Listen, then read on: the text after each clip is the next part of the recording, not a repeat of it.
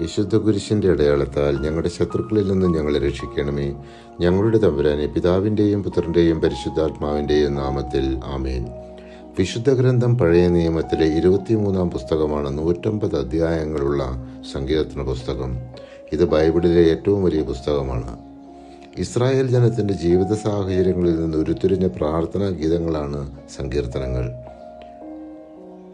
ദൈവത്തോടുള്ള മനുഷ്യൻ്റെ ഹൃദയബന്ധം, ആരാധന, അപേക്ഷ, നന്ദി, പാപബോധം, പ്രതീക്ഷ എന്നിവയെ അതുല്യമായ ഭാഷയിൽ അവതരിപ്പിക്കുന്ന 150 ഗീതങ്ങളാണ് ഇതിലുള്ളത്.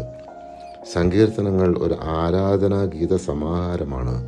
ഇതിൽ ചിലത് വ്യക്തിഗത പ്രാർത്ഥനകളും മറ്റു ചിലത് സമൂഹ ആരാധനയ്ക്ക് അനുയോജ്യമായവയുമാണ്.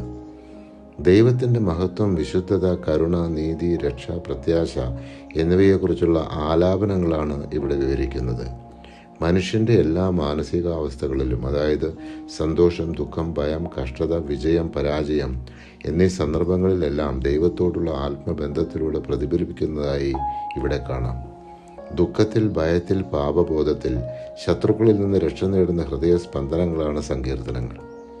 ദാവീദിൻ്റെ പാപബോധം, ദൈവത്തിൻ്റെ ക്ഷമപ്രാപ്തി, ആത്മപരിഷ്കാരത്തിൻ്റെ ആഗ്രഹം, മിശിഹായിക സങ്കീർത്തനങ്ങൾ, യേശുവിനെ സൂചിപ്പിക്കുന്ന പ്രവചനം പോലെയുള്ള ഗീതങ്ങൾ എന്നിവയെല്ലാം ഇതിൽ കാണാം.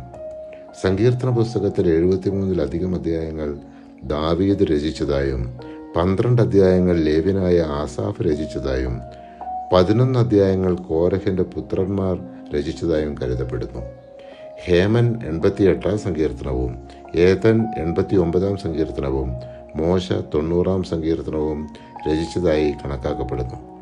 ഇതിനു പുറമേയുള്ളവ രചയിതാക്കൾ ആരെന്ന് വ്യക്തമല്ലാത്ത സങ്കീർത്തനങ്ങളാണ്. പരിശുദ്ധാത്മാവെ, തിരുവചനത്തിൻ്റെ അനന്തശക്തിയാൽ ആത്മാവിൻ്റെ ബലങ്ങളും ദാനങ്ങളും നൽകി തീക്ഷ്ണതയാൽ ഞങ്ങളെ ജ്വലിപ്പിക്കണമേ. ആമേൻ.